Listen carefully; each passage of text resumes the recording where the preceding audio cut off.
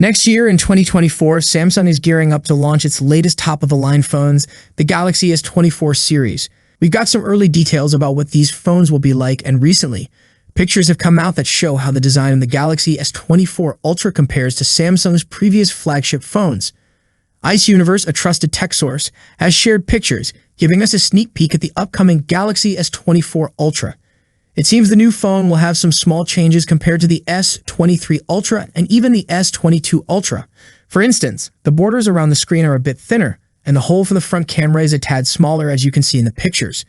In the new Galaxy S24 Ultra, they've made a small adjustment to where you find the buttons to turn the phone on and control the volume. Now, these buttons are a bit lower on the phone compared to where they used to be on the older models.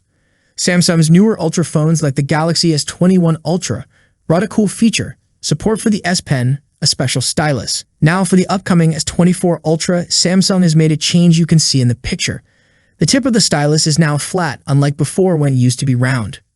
Ice Universe shared another picture comparing the S24 Ultra, S23 Ultra, and S22 Ultra. A noticeable thing is how the S24 Ultra is a bit smaller than the S23 Ultra.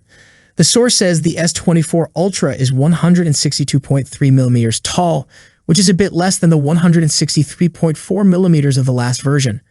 The width of the S24 Ultra is 79 millimeters and it weighs 233 grams as per the information provided. Just last week, real pictures of the Galaxy S24 Ultra next to the older model were shared, showing how the design has changed.